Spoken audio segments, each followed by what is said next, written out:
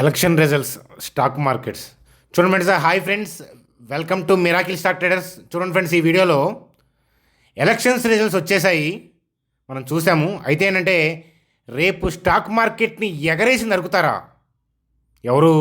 FIIs. So లేదా ఆ విషయాల గురించి ఈ వీడియోలో డిస్కస్ చేద్దాం. అలాగే నిఫ్టీ బ్యాంక్ నిఫ్టీ యొక్క monthly, weekly, daily time frameworks ఏం చెప్తున్నాయి, broad view of the stock market అప్పా, డౌనా, రేపు మార్కెట్లో ఏం జరగబోతుంది ఇత్యాది విషయాలతో డీపర్ స్టడీ అనేది చేద్దాం. ఐఆర్సిటీసీ అలాగే ఎస్బీఐ కార్డ్స్, వీటికి సంబంధించిన ఇన్వెస్ట్మెంట్ స్టడీ లెవెల్స్ ఏంటి, ఆ లెవెల్స్ చూద్దాం. అలాగే అదానీ మీద మళ్ళా పిటిషన్ వేశారు, ఎవరు, ఎక్కడ, ఆ విషయాల గురించి చూద్దాం. అలాగే బజాజ్ ట్విన్స్ అయిన బజాజ్ ఫైనాన్స్ అలాగే బజాజ్ ఫిన్సర్వ్, బజాజ్ ఫైనాన్స్, బజాజ్ ఫిన్సర్వ్ యొక్క కీ లెవెల్స్ ఏంటి, ఇన్వెస్ట్మెంట్ స్టడీ లెవెల్స్ ఏంటి చూస్తూ నిఫ్టీ బ్యాంక్ నిఫ్టీ యొక్క కథాగమనంతో వీడియోని సింపుల్గా ఏం చేద్దాం. చూడండి ఫ్రెండ్స్, వీడియోలోకి వెళ్ళే ముందు మన ఛానల్ వీడియోని లైక్ చేయడం అనేది మన జన్మ హక్కు, కాబట్టి వీడియోని లైక్ చేద్దాం. అలాగే కొత్తగా వాచ్ చేస్తున్న వాళ్ళని నేను సబ్స్క్రైబ్ చేయమని నేను చెప్పను. ఒక 2-3 వీడియోస్ మన ఛానల్లో చూస్తే కనుక ఆటోమేటిక్గా నచ్చి సబ్స్క్రైబ్ చేస్తారు. సబ్స్క్రైబ్ చేసేటప్పుడు మాత్రం బెల్ ఐకాన్ క్లిక్ చేయడం మర్చిపోవద్దు. చూడండి ఫ్రెండ్స్, స్క్రీన్ మీద ఏంటంటే నిఫ్టీ యొక్క డే చార్ట్ చూస్తున్నాము. ఎలక్షన్ రిజల్ట్స్ వచ్చాయి. అయితే మనం ఎలక్షన్ రిజల్ట్స్ ఎలా ఉన్నాయో చూసాం కదా. మహారాష్ట్రలో బీజేపీ, అలాగే జార్ఖండ్లో కాంగ్రెస్ మనకి లీడింగ్ వచ్చినాయి. మనం అంతా అప్డేట్స్ అన్నీ విన్నాం కదా. మనం నిన్న చాణక్య స్టాక్ ట్రేడర్స్లో అయితే కనుక అనాలిసిస్ అనేది ఇచ్చాను. ఎవరైనా కనుక ఆ పర్టికులర్ వీడియో కనుక చూడకపోతే, చాణక్య స్టాక్ ట్రేడర్స్ అంటే మన ప్రైమరీ ఛానల్ వీడియో చూడకపోతే కనుక ఈ వీడియో మీరు ఎండింగ్ లోపు ఏంటంటే ఎండింగ్ కార్డులో కనిపిస్తుంది. అది జస్ట్ మీరు దాన్ని క్లిక్ చేసి చూడొచ్చు అనమాట. అది అయితే ఒక్కసారి డైలీ చార్ట్ చూస్తే కనుక ఆల్రెడీ ఎలక్షన్ రిజల్ట్స్ని ఊహించే లాస్ట్ ఫ్రైడే మనకు మార్కెట్లో ర్యాలీ వచ్చిందని చెప్పచ్చు. అయితే ఓవరాల్గా డౌన్ ట్రెండ్ నడుస్తూ ఉంది. అట్లాగేంటంటే ఎలక్షన్ రిజల్ట్స్ రాకముందే బయింగ్ అనేది జరిగింది అని అంటే, ఎలక్షన్ రిజల్ట్స్ వచ్చిన తర్వాత ఇప్పుడు రేపొద్దున ఏంటంటే రీటైల్ పీపుల్ బై చేద్దామని అనుకుంటారు. కానీ వాళ్ళు యాక్చువల్గా ఏంటంటే రిజల్ట్స్ని, ఆ ఈవెంట్ని ముందే ప్రిడిక్ట్ చేశారు కదా. అలాగేంటంటే రేపు కనుక గ్లోబల్ క్యూస్ బాగుండి, లేదా మన గిఫ్ట్ నిఫ్టీ బాగుండి, మనకి ఓపెనింగ్ కనుక హైయర్ లెవెల్లో ఓపెన్ అయితే, ఈ పర్టికులర్ ఏరియాలో నేను మార్క్ చేశాను చూడండి, 24,332 స్పాట్, అలాగే 24,085 స్పాట్. ఇక్కడ స్పాట్ వాల్యూ అంటే నిఫ్టీ స్పాట్ వాల్యూ ఈటీవీలో చెప్తారు కదా, ఆ లెవెల్స్, అంతేగాని ఫ్యూచర్ వాల్యూ కాదు. నిఫ్టీ ఎప్పుడైతే మనకు కనుక హైయర్ లెవెల్లో ఓపెన్ అయినా, లేదా ఓపెన్ అయ్యి పైకి వెళ్ళినా, ఈ 24,085, 24,332 ఈ ఏరియాలో ఏంటంటే ప్రాఫిట్ బుకింగ్ వస్తుంది. అందువల్ల ఏంటంటే హైయర్ లెవెల్లో ఎగరేసి నరుగుతారు, అందులో డౌటే లేదు. Still broad view of the stock market డౌనే ఉంది. అలాగే ఏంటంటే మరి హైయర్ లెవెల్లో కనుక ఓపెన్ అయినా, లేదా ఓపెన్ అయ్యి పైకి వెళ్ళినా, ఈ ఏరియాలో ఏంటంటే కాస్త మార్కెట్ సెల్లింగ్ అబ్జర్వ్ అవుతుంది, అందులో డౌటే లేదు అని చెప్తాను. కాబట్టి చాలా కేర్ఫుల్గా ఉండాలి అని చెప్తానన్నమాట. అలాగే ఏంటంటే మరి ఓవరాల్గా డైలీ టైం ఫ్రేమ్వర్క్లో అయితే ఇలా ఉంది. మంత్లీ టైం ఫ్రేమ్వర్క్లో ఏం చేస్తుంది నిఫ్టీ అని చూస్తే మనం ఆల్రెడీ డిస్కస్ చేసుకున్నాం. ఎఫ్ఐఐస్ మధ్యలో ఉన్న లెవెల్ అయితే కనుక 20,274, 19,892. నిఫ్టీ ఖచ్చితంగా అక్కడ దాకా వస్తుందా అని అంటే ఎవ్వరూ జడ్జ్ చేయలేరు. అట్లా వాళ్ళ మనసులో అది ఉంది. కానీ అప్కమింగ్ డేస్లో బ్యాడ్ న్యూస్లు సపోర్ట్ చేస్తూ ఉంటే మార్కెట్లో వాళ్ళకి కిందకి వెళ్ళడానికి సాధ్యమవుతుంది. అలా కాకుండా ఏదైనా మధ్యలో అన్ఎక్స్పెక్టెడ్గా స్ట్రాంగ్ గుడ్ న్యూస్ రావాలి. ప్రతిరోజు గుడ్ న్యూస్లు, బ్యాడ్ న్యూస్లు చిన్న చిన్నవి ఉంటాయి, అవి కాదు.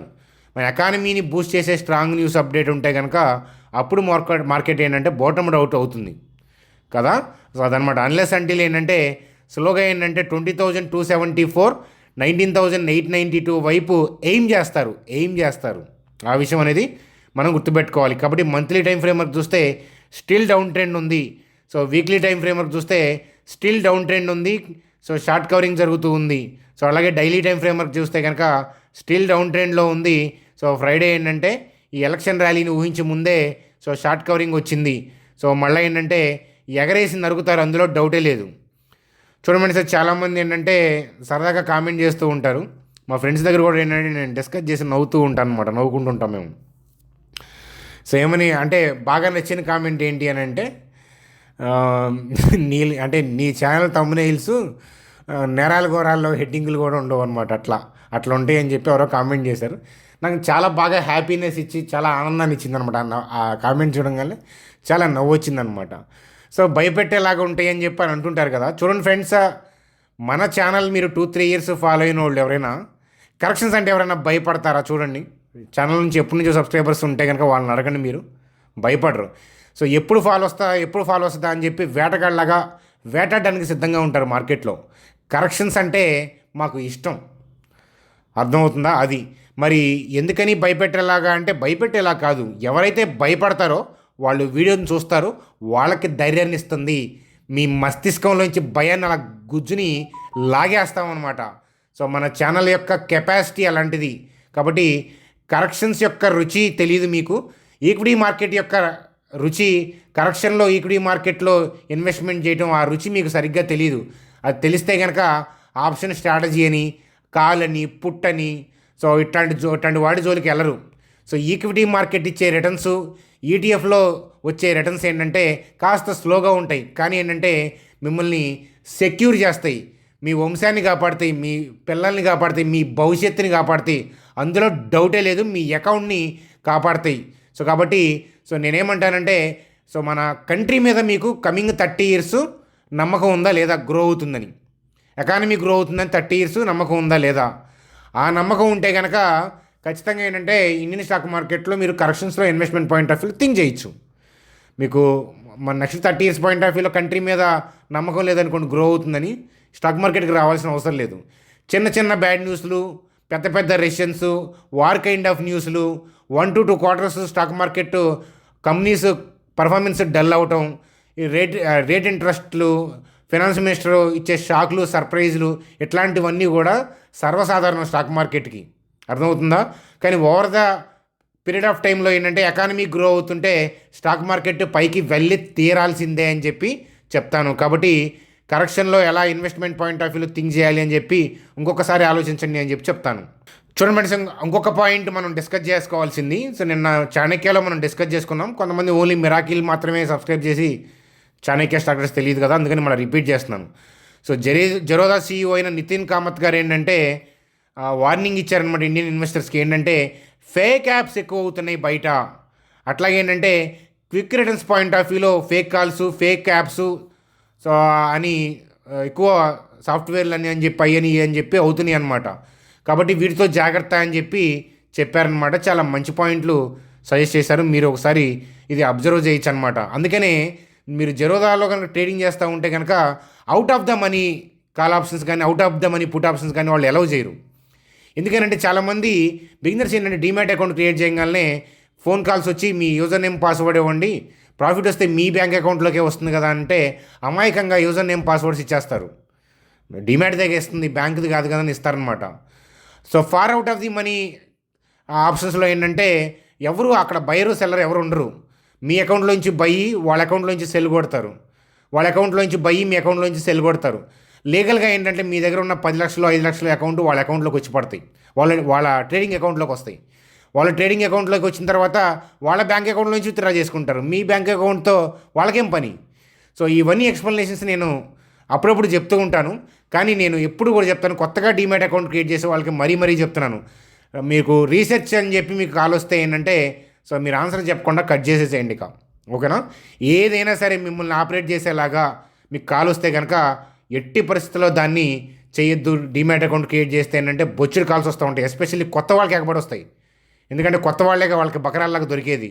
అందువల్ల ఎప్పటి నుంచో చేస్తున్న వాళ్ళు కనుక వాళ్ళు కాల్ వస్తే కనుక రెస్పాండ్ అవ్వరు. అందుకని చాలా జాగ్రత్తగా ఉండాలి అని చెప్పి మరొకసారి చెప్తాను.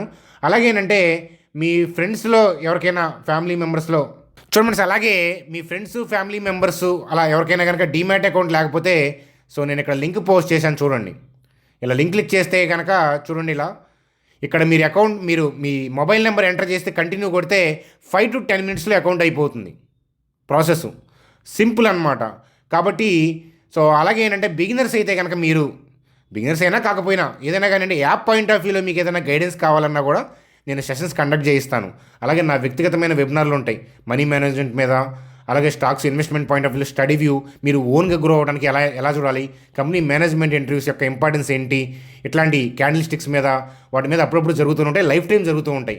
కాబట్టి మీరేంటంటే అకౌంట్ క్రియేట్ చేసిన వాళ్ళు ఐడిని మా టీం నెంబర్కి వాట్సాప్ చేయడం మర్చిపోవద్దు అని చెప్పి మరొకసారి చెప్తాను. చూడండి ఫ్రెండ్స్, అలాగే ఐఆర్సీటీసీ యొక్క కీ లెవెల్స్ ఏంటి చూసే ముందు ఐఆర్సీటీసీ యొక్క రెవెన్యూ బ్రేకప్ చూడండి ఎలా వస్తుంది అని. క్యాటరింగ్ ద్వారా వాళ్ళకి 45% అరౌండ్ వస్తుంది, హైయెస్ట్ అక్కడ నుంచి వస్తుంది. దాని తర్వాత ఇంటర్నెట్ టికెటింగ్ నుంచి ఎక్కువ వస్తుంది, అలాగే టూరిజం నుంచి తర్వాత అట్లా ఐఆర్సీటీసీ యొక్క రెవెన్యూ బ్రేకప్ మీరు చూడొచ్చు అనమాట. ఐఆర్సీటీసీ యొక్క టెక్నికల్ లెవెల్స్ ఏంటో చూద్దాం పదండి. చూడండి సార్, మన స్క్రీన్ మీద ఏంటంటే ఐఆర్సీటీసీ యొక్క చార్ట్ చూస్తున్నాము. సో టెక్నికల్ లెవెల్స్ ఏంటి అని అంటే, సో కరెక్షన్లో ఏంటంటే ఇన్వెస్ట్మెంట్ పాయింట్ ఆఫ్ వ్యూలో స్టడీ వ్యూ చేయడానికి, ఇన్వెస్ట్మెంట్కి అబ్జర్వ్ చేయడానికి ఏంటంటే మనం అబ్జర్వ్ చేయాల్సిన లెవెల్స్ ఏంటంటే 699, 663 అంటాను. ఇక్కడికి వస్తేనే నేను దీని గురించి ఆలోచిస్తాను. సో లీస్ట్ కేసు ఏంటి, నాకు ఐఆర్సీటీసీ కావాలి, లీస్ట్ పాసిబిలిటీ ఉన్న లెవెల్స్ చూడండి అంటే కనుక అట్లీస్ట్ 763 అరౌండ్ లెవెల్స్ కోసం నేను చూస్తానన్నమాట. కాబట్టి నోట్ చేసుకోండి అని చెప్పి చెప్తానమాట.